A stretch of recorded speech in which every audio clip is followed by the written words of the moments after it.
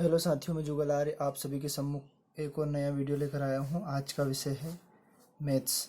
Future vision coaching classes में आप सभी का हार्दिक स्वागत करता हूं। कक्षा 12वीं सब्जेक्ट मैथ्स फिजिक्स पे जो वीडियो चल रहे हैं उनमें कमेंट आया था, सर हमारे को मैथ्स की ज़रूरत है, मैथ्स का वीडियो बनाए। तो मैथ्स का वीडियो आपके सम्मुख लेकर आया हूँ। चैप्टर 3 का मैथमेटिक्स का एक चैप्टर है जिसमें मैट्रिक्स इसका नाम है।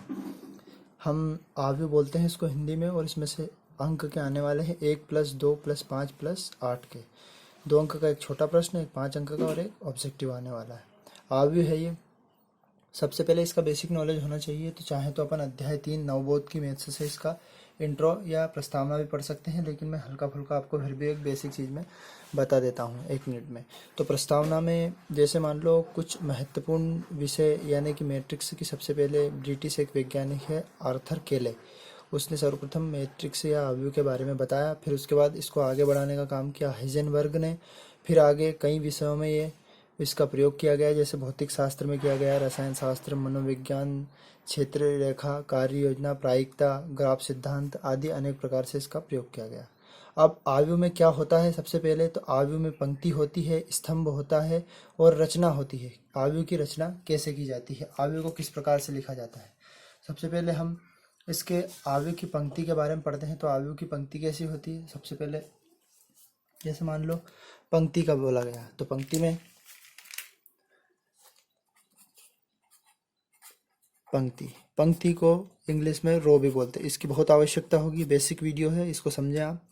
तो जो क्षैतिज रेखा होती है उसको पंक्ति बोलते हैं। अगर इसकी डेफिनेशन लिखनी है तो चाहो तो यहाँ भी बता देते हैं, या नवबोध में आपकी जो मैथ्स है, नवबोध, नूतन, कोई से भी राइटर की मैथ्स पढ़ो, सभी में एक जैसी इसकी परिभाषा मिलेगी। क्षैतिज रेखा को पंक्ति कहते हैं। क्षैतिज और 2 प्रकार की रेखाएं होती है, एक तो क्षैतिज और एक होती है ऊर्ध्वाधर, मतलब आड़ी लाइन और एक खड़ी लाइन, तो उसको पंक्ति बोलते हैं। अब जैसे क्षैतिज रेखा को पंक्ति बोलते हैं। फिर दूसरे नंबर पे मान लो हमने बोल दिया कि स्तंभ, इसको कॉलम बोलते हैं। फिर इसकी तीसरे नंबर पे मतलब किन किन चीज़ों की आवश्यकता होती है, किस प्रकार से आव्यूह बनता है, तो इनसे मिलकर आव्यूह बनता है। रचना, अब आव्यूह रचना, जैसे मान लो एक आव्यूह बनाया हमने ABCDEFGHI,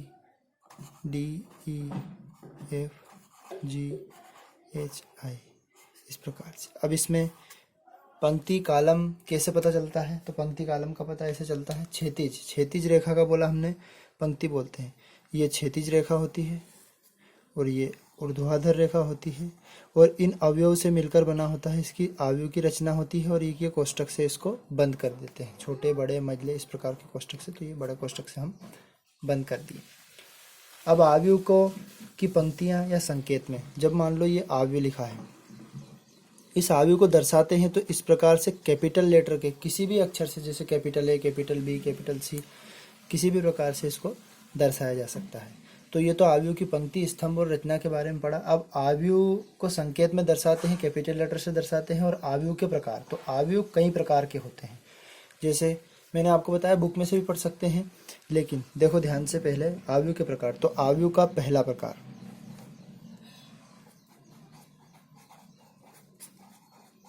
तो आव्यूह का प्रकार, तो पहला प्रकार है आपका पंक्ति आव्यूह, यानी कि पंक्ति को हमने क्या बताया, रो, है ना। तो पंक्ति आव्यूह, तो पंक्ति आव्यूह यानी कि इंग्लिश में बोलते हैं इसको रो आव्यूह। अब पंक्ति आव्यूह बनता कैसे? जैसे ये आव्यूह बना है, इसको हमने बोला ये क्षैतिज रेखा होती है। मान लो किसी भी प्रकार की संख्या लिख सकते हैं, यहाँ लिख सकते हैं 2, 5, कामा नहीं लगता, इसके बीच में गैप होती है, 2, 5, -7, 8 और ये 12। ये पंक्ति बनाई हमने। पहले बोल दिया कि पंक्ति, क्षैतिज रेखा को पंक्ति कहा जाता है, तो ये पंक्ति आव्यूह हो गया, है ना। वहाँ आव्यूह जिसमें केवल पंक्ति होती है पंक्ति आव्यूह कहलाता है। दूसरा पॉइंट इसका स्तंभ आव्यूह। अब स्तंभ आव्यूह, ये लाइन सीधी खड़ी कर देते हैं,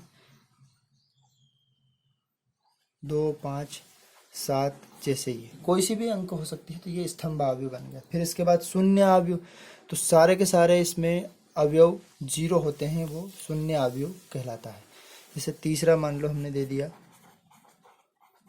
शून्य अवयव, ये 0 0 0 0 0 0 0 0 0, ये कौन सा अवयव हो जाएगा? ये शून्य अवयव हो जाएगा। अब शून्य अवयव के बाद होता है वर्ग अवयव। वर्ग अवयव मतलब ये हमने जो लिखा है ये वर्ग अवयव है, वर्ग अवयव। अब वर्ग अवयव मतलब ये जिसमें जैसे कुछ भी अवयव हो सकते हैं, संख्या हो सकती है, ABCD हो सकती है, कुछ भी हो सकता है। वर्ग चारों तरफ तीनों तरफ से ये पंक्ति और इसके स्तंभ समान होते हैं, ये 3 पंक्ति और 3 स्तंभ हो गए, तो ये हो गया तुम आपका वर्ग अवयव। फिर विकर्ण अवयव, इसी अवयव में से ये टेढ़ी लाइन होती है, इसको विकर्ण अवयव बोला जाता है ना, ये हो गया। फिर अदिश अवयव, इकाई जिसमें एक अंक होता है या एक संख्या होती है उसे इकाई अवयव बोलते हैं। अब कुछ महत्वपूर्ण ये हो गई बेसिक चीज़ें, इन बेसिक चीज़ों को आपको पढ़ना है और ज़्यादा डिटेल में जाना है। तो अब हम इस अध्याय में पहले वाले प्रश्नवाली में पहले 3.1 में हम 3.1 में कुछ एग्जाम्पल हैं, उस एग्जाम्पल को मैं समझा देता हूं और आप सभी उन एग्जाम्पलों को घर पर करें। और अगर समझ में ना आए वो एग्जाम्पल या प्रश्न, इसमें टोटल एग्जाम्पल हैं आपके 19 एग्जाम्पल आपको करने हैं और क्वेश्चन हैं आपके टोटल 15। ये टोटल क्वेश्चन इस 3.1 में आपको करना है। अब एक्सरसाइज हम शुरुआत करने से पहले एक प्रश्न समझते हैं। पहले आप या तो हम एग्जाम्पल समझ लेते हैं, उसके अनुसार ऑब्जेक्टिवली प्रश्न आपके बनते हैं। तो पहले एग्जाम्पल में 3.1 का पहला एग्जाम्पल है नवबोध का। वैसे आप किसी भी राइटर के मैथ्स में देखेंगे एक जैसे मेथड रहेगी, एक जैसे प्रश्न रहेंगे। सबसे पहले पहला प्रश्न समझते हैं। हमने कहा संकेत में अवयव को कैपिटल A या किसी भी प्रकार से दर्शा सकते हैं। तो माने संख्या दी हुई है इसमें 1 2 3 4, समझने के लिए कुछ भी लिख सकते हैं हम 5 6 7 8 1 0 2 1, ये आपका अवयव बंद कर दिया हम। अब संकेत को हमने इससे दर्शा दिया। अब मान लो इसमें पूछा गया है, ये ऑब्जेक्टिवली प्रश्न है, 1 अंक का प्रश्न, इस प्रकार के प्रश्न 1 अंक के आते हैं। अब इसमें आपसे पहले पॉइंट में अगर यदि पूछ लिया गया कि कितनी इसमें पंक्तियां हैं, 100% मोस्ट इम्पोर्टेंट है, कितनी पंक्तियां। दूसरे वाले प्रश्न में यदि ऐसा पूछ लिया कितने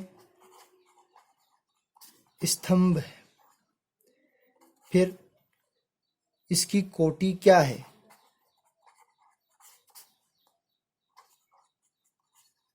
कोटि क्या है। डी वाले में तीसरा चौथा डी भी नाम देख सकते हैं। इसमें कुल कितने अवयव हैं। ये अब अवयव में जो होता है सब इसके बारे में पूछा गया है कि इसमें कितनी पंक्तियां हैं। तो पंक्तियां, इसमें पंक्तियां हमने बताया क्षैतिज रेखा को पंक्ति कहते हैं। क्षैतिज रेखा मतलब ये आड़ी वाली लाइन है, इस प्रकार की लाइन को इसको पंक्ति, पंक्ति को अगर शॉर्ट भाषा में समझा जाए तो रो, और कॉलम को सी, इसको कॉलम बोला जाता है। तो इसमें पंक्तियां गिनते हैं, ये पूरी की पूरी एक पंक्ति होती है ये। तो ये 1 2 और 3, तो इसमें 3 पंक्तियां हैं। अब कितने स्तंभ हैं, तो स्तंभ कितने हैं खड़े वाले, 1 2 3 और ये 4, तो स्तंभ हो जाएंगे इसके 4। कोटियां कितनी हैं, मतलब किस प्रकार की कोटि का अवयव है ये, तो इसकी कोटि होगी 3 × 4, इतनी कोटि का ये। अब देखो ध्यान से समझना, सबसे पहले पंक्ति आती है, पंक्ति यानी कि, तो इसको इस प्रकार से यहाँ पर लिख के भी बता सकते हैं 3 × 4 कोटि का ये अवयव है। अगर दोनों में 4 4 होती तो ये वर्ग अवयव कहलाता। विकर्ण अवयव ऐसे इस प्रकार की लाइन को विकर्ण अवयव कहते हैं, सेम होना चाहिए। अब कुल कितने अवयव हैं, तो अवयव ऐसे ऐसे गिनने नहीं बैठेंगे 1 2 3 4 5 6 7 8 9 10 11 12, सीधा पंक्ति गिनी, कितनी पंक्तियां हैं और कितने स्तंभ हैं, मल्टीप्लाई कर दिया, ये क्या हो जाएगा इसका कुल अवयव। तो इसके टोटल 12 अवयव है। तो ये प्रश्न था आपका 1 अंक का। अब मैंने बताया आपको कि इसमें 19 एग्जाम्पल है और 15 सवाल है। तो आज मैं एक एग्जाम्पल समझाता हूँ और उसी एग्जाम्पल के अनुसार या उसी प्रश्न के अनुसार हम प्रश्न करने वाले हैं। अगर आपको इन एग्जाम्पलों या इन प्रश्नों में अगर समझ में नहीं आए तो कमेंट में आपको 3.1 चल रहा है, 3.1 कमेंट में करके लिख सकते हैं कि सर हमें ये प्रश्न हमें समझ में नहीं आया, तो वो प्रश्न हम आपको रिपीट कर देंगे। इजी से क्वेश्चन है। इन क्वेश्चनों को समझने के लिए सबसे पहले हम पहला एग्जाम्पल समझते हैं। पहला प्रश्न यानी कि 3.1 का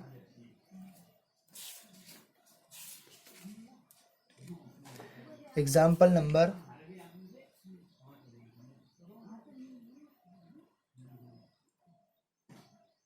7, एग्जाम्पल नंबर 7 हम समझते हैं 3.1। अब 3.1 में एग्जाम्पल नंबर 13 समझते हैं। इस एग्जाम्पल से बाकी के सवाल आपके प्रश्न बन जाएंगे। तो देखो, सबसे पहले हमें आव्यूह के मान कैपिटल लेटर से 1 से दर्शाया गया है। इस आव्यूह में मान दिए गए हैं 1 2 3 2 3 1, और बी आपका एक और आव्यूह दिया हुआ है, उस आव्यूह के मान दिए गए 3 -1 3 -1 0 और 2, ये आव्यूह दिया गया। अब इसने बताया गया है कि 2a - b। अब सीधी सीधी भाषा में बताया जाए, देखो इन एग्जाम्पलों में जोड़, गुणा और ये सारी चीज़ें आएंगी। तो जोड़ मतलब इन दोनों के बीच में अगर प्लस लगा है तो जोड़ना है, माइनस लगा है तो घटाना है, और इनके बीच में जैसे मान लो 2a लिखा है, इसी प्रकार यहाँ 3b भी लिखा है तो 2 में भी गुणा होगा। सबसे पहले हम इसको जमाते हैं, तो a का मान यहाँ रखते हैं तो 2, और ये हो जाएगा आपका 1 2 3 2 3 1, दोनों के बीच में माइनस का निशान। अब यहाँ पर गुणा भाग कुछ भी नहीं है, जैसे गुणा नहीं है, गुणा नहीं लिखेंगे। 3 -1 3 -1 0 और ये 2। अब इसको आगे हल करते हैं। तो पहले इसमें 2 का मल्टीप्लाई करेंगे तो ये हो जाएगा, सभी इसके अवयव हैं, सारे में इसका 2 का मल्टीप्लाई होगा। 2 एकम 2, 2 दूना 4, 2 तिया 6, 2 दूना 4, 3 दूना 6, 2 एकम 2 माइनस 3 -1 3 -1 0 2, ये। अब सीधा सीधा इसमें से घटाते, तो समान आव्यूह के अवयव में से समान आव्यूह के अवयव घटेंगे, तो सीधा हम घटाएंगे, लिख भी देते हैं, ये स्टेप आपको समझ में आ जाएगी। 2 -3 4, ये माइनस माइनस क्या हो जाएगा प्लस, तो 4 + 1, फिर ये हो जाएगा 6 6 -3, 6 -3 हो गया, ये माइनस का निशान, और ये वाला प्लस इसलिए हुआ, ये माइनस वाला प्लस कर दिया इसको। 4 + 1 6 -0 और ये 2 -2, इस प्रकार से। अब आगे बढ़ते हैं।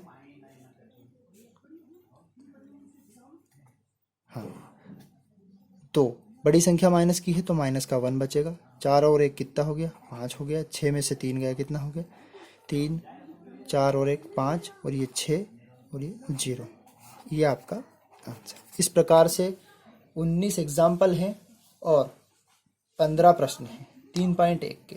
अब आपको ये 3.1 कवर करनी है। कल हम 3.2 के बारे में समझेंगे। 3.1 के किसी भी प्रश्न में अगर यदि आपको डाउट है तो आप कमेंट करके पूछ सकते हैं, या व्हाट्सएप ग्रुप जिस पर नंबर लिखे हुए हैं उस ग्रुप में आप पहुंचा सकते हैं। कहाँ पर डाउट है, किस प्रश्न में डाउट है, पूछ सकते हैं। ऐसा ज़रूरी नहीं जैसे इसमें 2 आव्यूह के a b, अब इसमें c का मान भी दे देगा, a b c 3 मान दे देगा, किसी के साथ 3 से गुणा कर देगा, किसी के साथ 2 से, किसी के साथ 4 से, और एक में प्लस कर देगा, एक में माइनस का। तो सीधा जो इक्वेशन दी हुई है उस इक्वेशन के अनुसार आपको आव्यूह हल करना है। अगर आपको वीडियो पसंद आया तो ज़्यादा से ज़्यादा लाइक, सब्सक्राइब और शेयर अवश्य करें। बेल आइकन को दबाना ना भूलें ताकि नई अपडेट आपको मिलती रहे। अगले वीडियो में हम 3.2 के प्रश्न कवर करने वाले हैं। धन्यवाद साथियों।